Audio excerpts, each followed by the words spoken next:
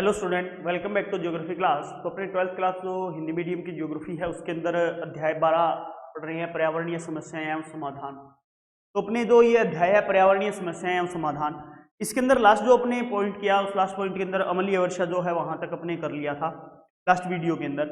तो आज जो अपना टॉपिक है स्टार्ट होने वाला वो है हरित गृह प्रभाव से। हरित ग्रह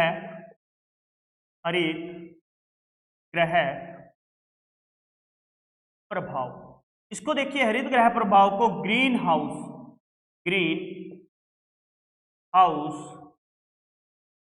इफेक्ट भी कहते हैं। ग्रीन हाउस इफेक्ट या ग्रीन हाउस प्रभाव भी इसको कह दिया जाता है। इंग्लिश के अंदर इसे ग्रीन हाउस इफेक्ट कहा जाता है। तो देखिए, ग्रीन हाउस जो प्रभाव है, ये प्रभाव एक प्राकृतिक प्रक्रिया है। एक प्राकृतिक प्रक्रिया है। प्राकृतिक प्रक्रिया कैसे है? देखिए, वायुमंडल जो है अपना, इस वायुमंडल में, ठीक है, मौजूद जो कुछ गैसें हैं, वो गैसें वातावरण का जो तापमान है उस तापमान को बहुत ज्यादा बढ़ा देती हैं, और बहुत ज्यादा बढ़ा देती हैं तो उसके कारण ये जो प्रक्रिया है वो होती है। अब अपने जो वातावरण है उस वातावरण में मौजूद ये गैसें कौन कौन सी है जो अपने ग्रीन हाउस को बढ़ा देती है, उनकी अगर बात करें तो उनमें कार्बन डाइऑक्साइड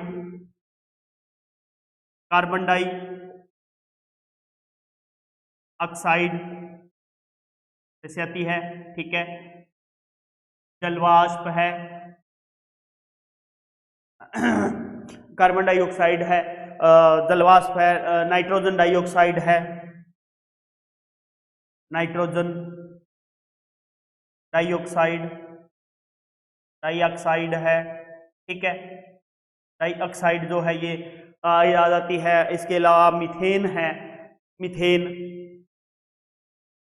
मीथेन है, क्लोरीन है, ठीक है, आदि ये गैसें आती हैं, जिसमें अपने आदि ये गैसें जो हैं वो शामिल होती हैं अपने इसका प्रभाव बढ़ाने के लिए, जो अपने ये ग्रीन हाउस प्रभाव है इसको बढ़ाती हैं।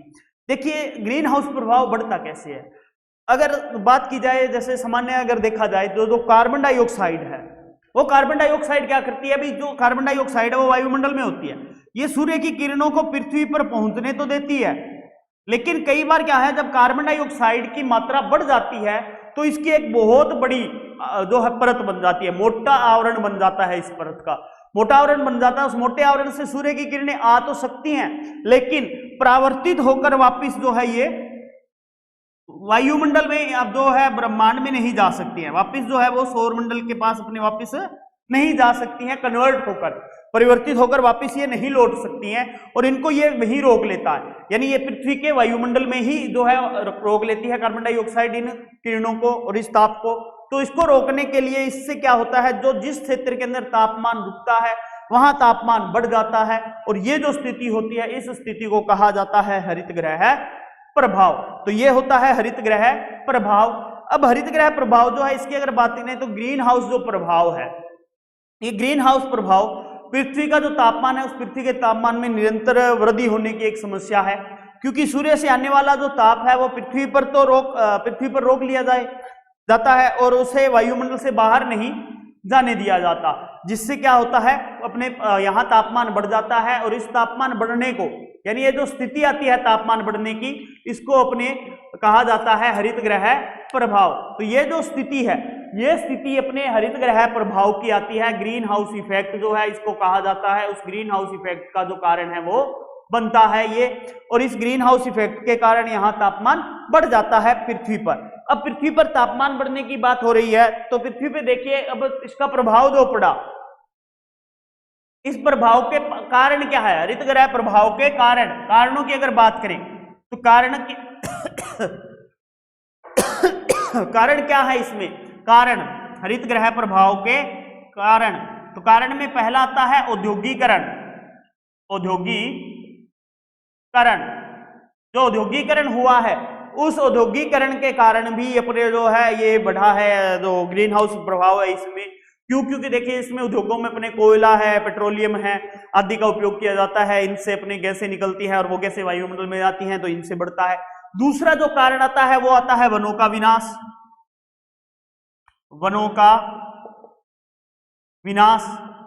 दूसरा कारण क्या है अपने हरित गृह प्रभाव का? दूसरा जो कारण है उस दूसरे कारण के अंदर अपने वनों का विनाश आता है। वनों के विनाश से देखिए क्या होता है, जो कार्बन डाइऑक्साइड जो है वो बहुत उपयोगी गैस है अपने जो पेड़ वृक्ष है उन वृक्षों के लिए, क्योंकि पौधे जो होते हैं वो प्रकाश संश्लेषण के द्वारा अपनी जो है भोजन वगैरह जो है या अपनी जो क्रियाएं हैं वो इससे करती हैं। और लगातार वनों की कटाई होने के कारण वृक्षों की कमी हो रही है, और वृक्षों की कमी होने के कारण जो वायुमंडल है उस वायुमंडल में CO2 की मात्रा बढ़ती जा रही है, तो ये भी ज्यादा अपने हानिकारक है। इसके बाद बात आती है जीवाश्म ईंधन की। जीवाश्म ईंधन तीसरा कारण है इसका। जीवाश्म ईंधन जो है, इस जीवाश्म ईंधन से कैसे होगा? देखिए जीवाश्म ईंधन जो है इसका जब दहन किया जाता है तो इसके दहन से लगभग 80% CO2 जो है वो मुक्त होती है, यानी CO2 जो है वो 80% तक मुक्त होती है जब इसका दहन किया जाता है। और ये मुक्त जो CO2 है ये वातावरण में मिलती है, और वातावरण में मिलने के कारण जो है अपने इसका प्रभाव जो है वो ज्यादा बढ़ जाता है। उधर तो वन विनाश हो गया और इधर जीवाश्म ईंधन का उपयोग हो रहा है, जिसके कारण इसकी मात्रा बढ़ती जा रही है। इसके बाद आता है रेफ्रिजरेटर एयर कंडीशनर्स का प्रयोग। रेफ्रिजरेटर्स एवं एयर कंडीशनर्स का उपयोग। ठीक है, एक तो आता है रेफ्रिजरेटर्स एवं एयर कंडीशनर्स जो है इनका प्रयोग। फिर रेफ्रिजरेटर्स जो है या एयर कंडीशनर जो है इनका उपयोग कैसे किया जा रहा है? तो देखिए आपको पता ही है अभी जो रेफ्रिजरेटर्स है या एयर कंडीशनर्स जो है इनका जो निर्माण कार्य है तथा इनमें जो प्रयोग की जाती है या इनका जो प्रयोग होता है, तो उस प्रयोग के अंदर CFC जो है इस CFC गैस का उपयोग होता है। और ये CFC गैस जो है वो इनसे उत्पन्न होती है, जिसे कहा जाता है क्लोरोफ्लोरोकार्बन। ठीक है, क्लोरोफ्लोरोकार्बन अपने अलग होती है, जिससे अपने उत्पन्न होने के कारण यह गैस जो है वो हरित गृह जो गैसें हैं उन गैसों की मात्रा को बढ़ाती है, जिससे अपने हरित गृह प्रभाव बढ़ता है। ये होते हैं इसके कारण। अब इसके आते हैं दुष्परिणाम। भी कारण तो हो गए, कारण के बाद इसके आएंगे दुष्परिणाम। भी जो दुष्परिणाम है वो क्या हुए हरित गृह प्रभाव के?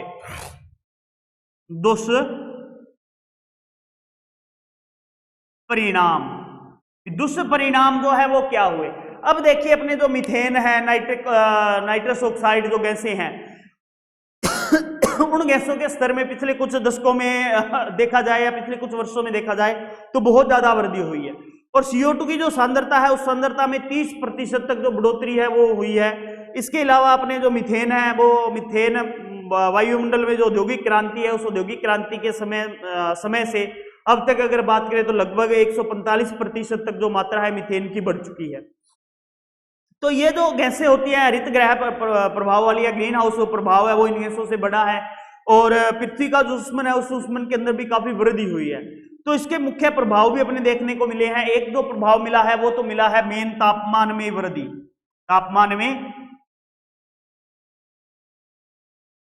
वृद्धि का भी। अब ये जो हरित गृह गैसें जो हैं ये निर्मुक्त हुई, वायुमंडल में गई, और वायुमंडल में जाने पर पूरा जो विश्व है उस पूरे विश्व का जो औसत तापमान है उस औसत तापमान के अंदर वृद्धि दर्ज की गई है। और ऐसा माना जा रहा है भी ये ग्रीन हाउस जो प्रभाव है, इस ग्रीन हाउस प्रभाव को कम नहीं किया गया तो जो सूरज की तीव्र रोशनी है वो तीव्र रोशनी ऑक्सीजन के कमी से जो है वृक्षों के बने रहने की जो संभावनाएं हैं वो भी काफी कम हो जाएगी, और तापमान में जो वृद्धि है वो लगातार ऐसे ही बनी रहेगी। दूसरा जो इसमें कारण आता है वो आता है वर्षा में वृद्धि। वर्षा में वृद्धि दूसरा जो कारण है। उस दूसरे कारण में अगर देखा जाए तो वर्षा का जो चक्रण है उस चक्रण में भी बदलाव आ जाएगा, या बदलाव जो है वो बदल जाएगा, और बदलाव बदलने से वर्षा की जो मात्रा है उसके अंदर काफी वृद्धि होगी। लेकिन कुछ देशों के अंदर इसके अंदर विपरीत स्थिति भी हो सकती है, कहीं पर मरुस्थलीकरण जो है वो भी बढ़ सकता है। तो वर्षा की जो मात्रा है इसमें भी काफी जो अंतर है वो देखने को मिलेगा, वृद्धि हो जाएगी। इसके बाद आएगा समुद्र सतह में वृद्धि। समुद्र सतह में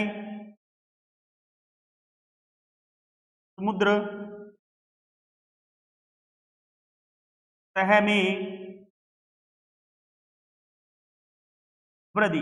अब ग्रीन हाउस प्रभाव की जो गैसें हैं इन गैसों के कारण तापमान बढ़ेगा, और तापमान जब बढ़ेगा तो तापमान के परिणाम स्वरूप जो हिमनद है या ग्लेशियर है, ध्रुवीय हिमटोपियां जो है, उनकी जो बर्फ है वो पिघलेगी और वो पिघल कर जो समुद्र तटीय मैदान है, उन समुद्र तटीय मैदानों में जो है बाढ़ आएगी और बाढ़ आने से जो कई द्वीप हैं वो पानी से डूब जाएंगे और उसका जो समुद्र का जल स्तर है, उस समुद्र के जल स्तर में भी वृद्धि हो जाएगी। तो ये समुद्र सतह जो है उसमें भी अपने परिवर्तन होगा। इसके बाद आता है वनस्पति क्षेत्रों में परिवर्तन। चौथा आता है वनस्पति क्षेत्रों में परिवर्तन। अब ग्रीन हाउस प्रभाव जो है, इस ग्रीन हाउस प्रभाव से क्या होगा, जो वनस्पति क्षेत्र हैं उन वनस्पति क्षेत्रों के अंदर जैसे घास क्षेत्र है, वन क्षेत्र है, उनकी जो सीमाएं हैं वो परिवर्तित हो जाएगी। जैसे अफ्रीका के रेतली क्षेत्रों में अकाल की जो संभावनाएं हैं वो भी हो सकती हैं। इसके अलावा बीमारियों के स्तर में वृद्धि। 5 नंबर आएगा बीमारियों के स्तर में वृद्धि। बीमारियों का जो स्तर है, इस बीमारियों के स्तर में भी वृद्धि होगी। अब बीमारियों के स्तर में वृद्धि कैसे होगी, जैसे वनस्पति जो क्षेत्र है उन वनस्पति क्षेत्रों में परिवर्तन होगा। परिवर्तन होने से कीट पतंगे वगैरह जो है उनमें भी परिवर्तन जो है वो संभव हो सकता है और इससे जो बीमारियां हैं उन बीमारियों की वृद्धि होने का अंदेशा रहेगा। और जैसे मलेरिया का जो स्तर है, उस मलेरिया के स्तर का बढ़ने की भी आशंका जो है वो बनी रहेगी। इसके अलावा जो जैव विविधता है, उस जैव विविधता को भी खतरा हो जाएगा। 6 नंबर आता है जैव विविधता को खतरा। जैव विविधता जो है, इस जैव विविधता को भी इससे खतरा जो है वो उत्पन्न हो जाएगा। उत्पन्न कैसे हो सकता है जैव विविधता जो है, इसके अंदर देखिए अपने बात करें भी, जैसे ताप की वृद्धि है तो उस ताप की वृद्धि के परिणाम स्वरूप 80% जो जैव विविधता है वो उसके लिए खतरा उत्पन्न हो सकता है। भी किसी प्लेस के अंदर जो अपने तापमान है वो बढ़ जाएगा और वहां पर जो जीव जंतु रह रहे हैं वो जीव जंतु वहां पर सर्वाइव नहीं कर पाएंगे, जी नहीं पाएंगे, तो वहां की वो जैव विविधता जो है वो खतरे में आ जाएगी। तो इस प्रकार से जो है जैव विविधता का अपने परिवर्तन जो है वो होता रहता है। तो अपने देखिए ये इस प्रकार से जो अपने हरित गृह प्रभाव है, इस हरित गृह प्रभाव के दुष्प्रभाव जो है वो पड़ते हैं। इसके बाद आते हैं अपने हरित गृह जो प्रभाव है इसके दुष्प्रभाव को कम करने के उपाय। भी हरित गृह जो प्रभाव है, इस हरित गृह प्रभाव को कम कैसे किया जा सकता है, या अपने कहें जो ग्रीन हाउस प्रभाव है उसको कम करने के उपाय। हरित गृह प्रभाव को कम करने के उपाय या कंट्रोल कैसे कर सकते हैं इसको, ठीक है, कम करने के उपाय। अब कम करने के उपाय जो हैं या संभावित जो समाधान है वो क्या हो सकते हैं। संभावित समाधानों की अगर बात करें तो जीवाश्म ईंधन का उपयोग कम करना। जीवाश्म ईंधन जो है, जीवाश्म ईंधन जो CO2 छोड़ते हैं, ठीक है, उनका उपयोग, जीवाश्म ईंधन का उपयोग कम, जीवाश्म ईंधन का उपयोग आप कम कर सकते हो। उसको संभावित एक तो ये हो सकता है। दूसरा, अधिकाधिक वृक्षारोपण किया जाए। वृक्षारोपण करना, वृक्षारोपण करना भी, अधिक से अधिक मात्रा के अंदर आप वृक्षारोपण कर सकते हो। और वृक्षारोपण करके भी आप जो है अपने पौधे जो है वो क्या करेंगे, प्रकाश संश्लेषण की क्रिया करेंगे और उसके दौरान कार्बन डाइऑक्साइड जो है, उस कार्बन डाइऑक्साइड को वो अपचयित कर लेंगे और अपचयित करके ऑक्सीजन छोड़ते रहेंगे। तो इस प्रकार जो कार्बन डाइऑक्साइड है उसकी मात्रा जो है वो सही संतुलन के अंदर बनी रहेगी पर्यावरण के अंदर। इसके अलावा अपने जो क्लोरोफ्लोरोकार्बन जो हैं उनके ऊपर अपने जो CFC है, ठीक है, CFC जो है, CFC के उत्पादन के ऊपर कंट्रोल किया जाए या वायुमंडल में प्रवेश करने से इसको रोका जाए। तो ये भी अपने एक संभावित समाधान हो सकता है। इसके बाद अपने जो है रेफ्रिजरेटर, एयर कंडीशनर्स जो है उनके अंदर अपने CFC के स्थान पर कोई अलग गैस जो है उसको यूज किया जाए जिसका हानिकारक प्रभाव वायुमंडल में न पड़ता हो। तो इस प्रकार की गैसों का उपयोग किया जा सकता है। तो अपने जो है इन गैसों को, इसका ये जो उपयोग है, जीवाश्म ईंधन, वृक्षारोपण, CFC उत्सर्जन न किया जाए, इनको अपनाकर ग्रीन हाउस प्रभाव जो है उसको रोका जा सकता है या इसको कम करने के जो उपाय हैं वो अपनाए जा सकते हैं। इसके बाद अपना ग्रीन हाउस इफेक्ट तो हो गया। इसके बाद अगला जो अपना पॉइंट आता है इसमें चैप्टर में वो आता है ओजोन परत क्षरण। ओजोन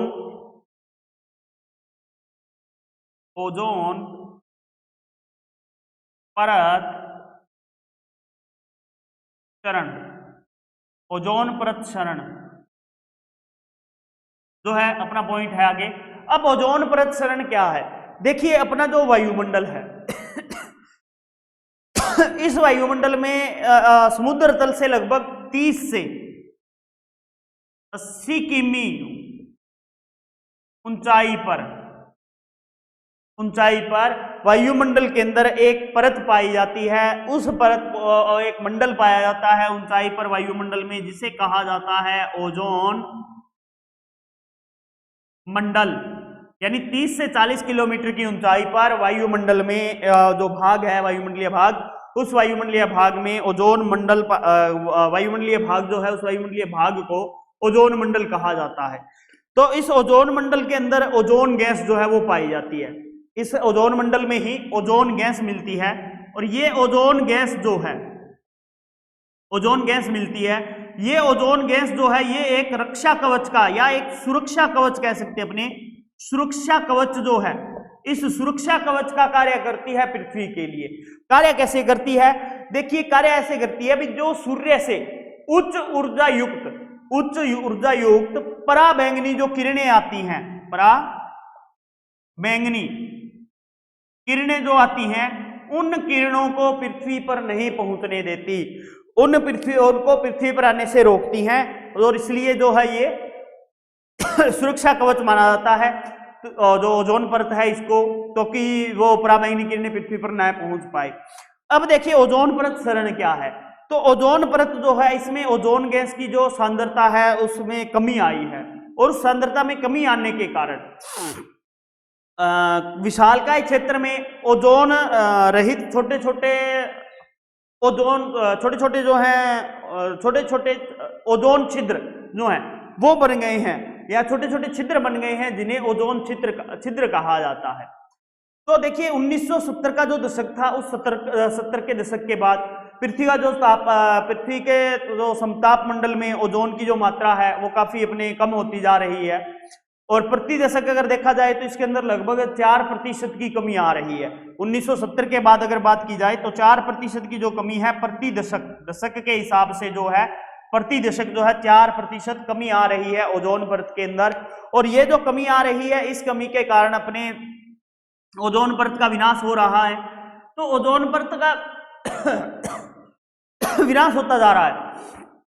अब ओजोन में देखिए अपने बात करें तो सबसे ज्यादा जो प्रभाव पड़ा देखने को वो मिलता है अपने जो ध्रुवीय क्षेत्र है उस ध्रुवीय क्षेत्र के ऊपर, जो समताप के ओजोन में अधिक अपने मौसमी परिवर्तन है वो देखने को मिलता है और इस घटना को अपने ओजोन छिद्र के नाम से जो है जाना जाता है। तो समतापीय मंडलीय जो ओजोन रिक्तीकरण है, जो समताप मंडल है उसके अंदर जो ओजोन रिक्तीकरण है उस ओजोन रिक्तीकरण के अलावा क्षोभ मंडल के अंदर भी ओजोन रिक्तीकरण की जो घटनाएं हैं वो हो रही हैं और इनके कारण जो है प्रभाव ओजोन परत पर पड़ता जा रहा है। अब ओजोन परत क्षरण के कारण, अब इसके कारण क्या है? ओजोन परत क्षरण के कारण क्या है? तो देखिए कारणों की अगर बात करें तो ओजोन गैस की अल्पता, एक तो ओजोन गैस जो उसकी अल्पता है तथा विनाश के लिए मुख्य जो दोषी कारक है वो दोषी कारक है हेलोजेनिक गैसें,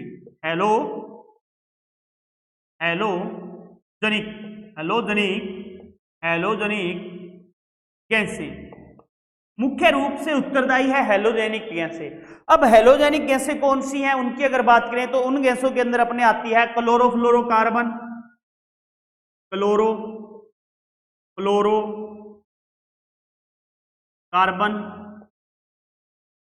क्लोरोफ्लोरोकार्बन, क्लोरीन, ठीक है, क्लोरोफ्लोरोकार्बन आ जाती है, क्लोरीन आ जाती है, ब्रोमीन आ जाती है, इसमें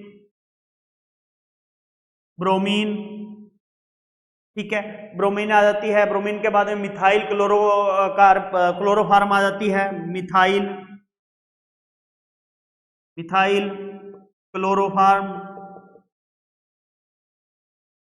क्लोरोफार्म जो है ये भी एक हेलोजेनिक गैस होती है। इसके अलावा कार्बन टेट्राक्लोराइड, कार्बन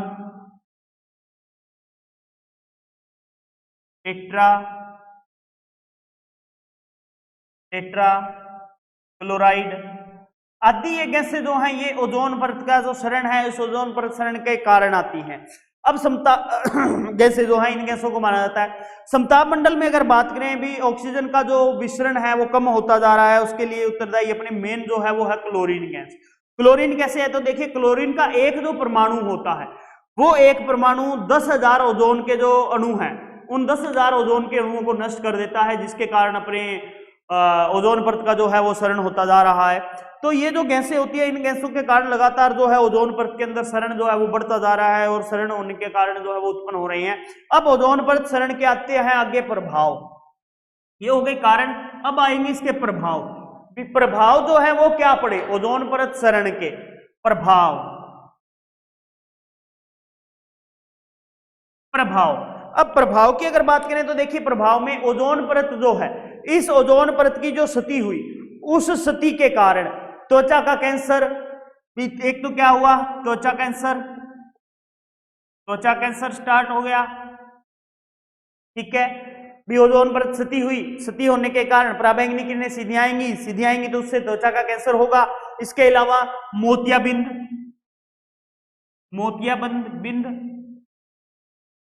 जैसी जो बीमारियां हैं, जैसी बीमारियां बढ़ जाएंगी। इस प्रकार की जो बीमारियां हैं वो ओजोन परत की स्थिति के कारण जो रोग है वो रोग बढ़ जाएंगे। अब इसके बाद अपने नेक्स्ट जो आता है पराबैंगनी जो किरणें हैं वो पराबैंगनी किरणें अगर पृथ्वी पर पहुंचेगी तो वो क्या करेंगी, जो पादप प्लावक है पादप प्लावक उन पादप प्लावकों को नष्ट कर देंगी, ठीक है। यानी उसके क्या है पादप प्लावक जो है वो नष्ट हो रहे हैं, किससे पराबैंगनी किरणों के कारण पादप प्लावक नष्ट हो रहे हैं, जिसके कारण जो अपने समुद्री अपने खाद्य श्रृंखला है उस समुद्री खाद्य श्रृंखला के ऊपर अपने विपरीत प्रभाव जो है वो पड़ता जा रहा है समुद्री खाद्य श्रृंखला के ऊपर। इसके बाद नेक्स्ट जो प्रभाव आता है उसकी अगर बात की जाए तो कई प्रकार की जो फसलें हैं उन फसलों की मात्रा में उनकी जो उत्पादकता है उस उत्पादकता के अंदर काफी कमी आती है, कमी जो है वो आ रही है। इसके अलावा पराबैंगनी जो किरणें हैं इन पराबैंगनी किरणों का रोग प्रतिरोधक जो क्षमता है उसके ऊपर भी काफी प्रभाव पड़ता है और कुप्रभाव जो है पड़ता जाएगा। भूमध्य जो रेखीय प्रदेश है उन प्रदेशों के अंदर ओजोन क्षय के कारण तापमान में वृद्धि होगी और तापमान में वृद्धि होगी तो इसके कारण जो वहां पर लोग निवास कर रहे हैं उन लोगों का जो शारीरिक और मानसिक विकास है वो भी अवरुद्ध हो जाएगा। तो ये इसके कुछ प्रभाव जो है ओजोन परत के क्षरण के पड़ते हैं। इस प्रभाव के बाद में आगे आते हैं ओजोन परत क्षरण को बचाने के लिए उपाय जो किए गए हैं या ओजोन परत बचाने हेतु प्रयास। ओजोन परत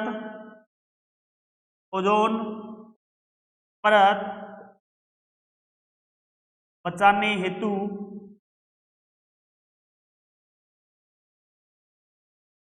प्रयास,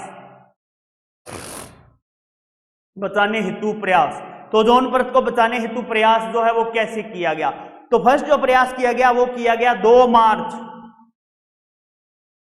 1990 में लंदन में, ठीक है। 2 मार्च 1990 के अंदर लंदन में किया गया। लंदन में ओजोन परत जो सुरक्षा है उसके नाम से एक संगोष्ठी का आयोजन किया गया, ओजोन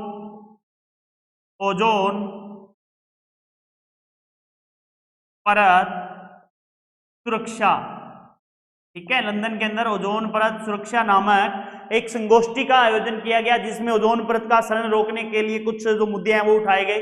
इसके बाद में दूसरा जो आता है वो आता है मॉन्ट्रियल प्रोटोकॉल को अपनाया गया है।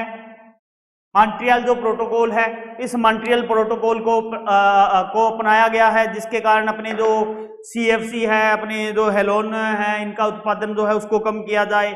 ओजोन का जो रिक्तीकरण है रिक्तीकरण का को कम किया जा सके, इनका अगर उत्पादन कम किया जाएगा तो कार्बन टेट्राक्लोराइड है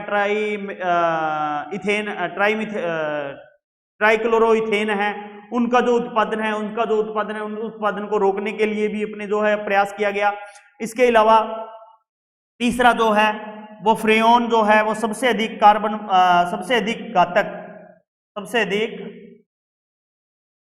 घातक क्लोरोफ्लोरोकार्बन है, सबसे अधिक क्लोरोफ्लोरोकार्बन है, सबसे अधिक घातक क्लोरोफ्लोरोकार्बन जो है वो फ्रेओन है, जिसका प्रयोग रेफ्रिजरेटर, एयर कंडीशनर्स, गद्देदार अपने जो सोफे हैं उनको बनाने में काम लिया जाता है, एरोसोल स्प्रे जो है उनको बनाने में काम लिया जाता है, तो इसको प्रतिबंधित किया गया है फ्रेओन को।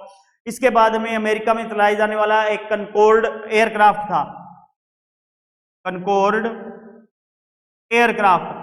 तो अमेरिका में चलाए जाने वाले ये कनकॉर्ड जो एयरक्राफ्ट था, इस कनकॉर्ड एयरक्राफ्ट को भी अपने जो है प्रतिबंधित कर दिया गया है, क्योंकि इससे ओजोन परत का विघटन की जो आशंका थी वो थी, क्योंकि इसकी जो स्पीड थी वो बहुत ज्यादा थी और ये बहुत ज्यादा तीव्र ध्वनि करता था, जिससे ओजोन परत के क्षरण का नुकसान था, तो इसको प्रतिबंधित कर दिया गया है। इसके अलावा प्रतिवर्ष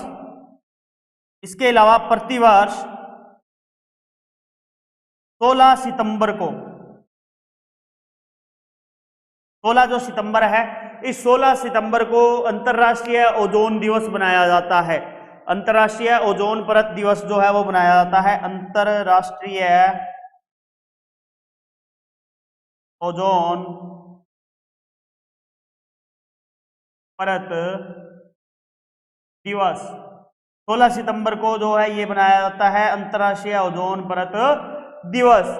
ये क्यों बनाया जाता है? क्योंकि इसको राज्य स्तर पर, राष्ट्रीय स्तर पर सभी बनाया जाता है, ताकि जनता को सेमिनार में बुलाया जा सके, कार्य गोष्ठियां जो हैं वो संचालित की जा सके, जो समस्या है ओजोन परत की, उस ओजोन परत की समस्या से जनता को रूबरू करवाया जा सके। इसलिए जो है ये अपने जो दिवस है ओजोन परत, अंतरराष्ट्रीय ओजोन परत दिवस जो है वो 16 सितंबर को बनाया जाता है। तो ये कुछ अपने प्रयास हैं जिनसे ओजोन परत को बचाने का कार्य किया जा सकता है, और इसी प्रयास के साथ में, ओजोन परत को बचाने के प्रयास के साथ ही आपका ये जो लेसन है वो कंप्लीट होता है। क्योंकि इस लेसन के अंदर जो आपके इसके बाद जो पर्यावरणीय पृथ्वी की जो रक्षा के लिए कुछ वैश्विक प्रयास जो हैं वो किए गए थे, वो अपने बोर्ड ने आपके जो है इस लेसन से हटा दिए हैं, और इसी के साथ आपका जो ये सिलेबस है जियोग्राफी का वो भी कंप्लीट होता है। धन्यवाद।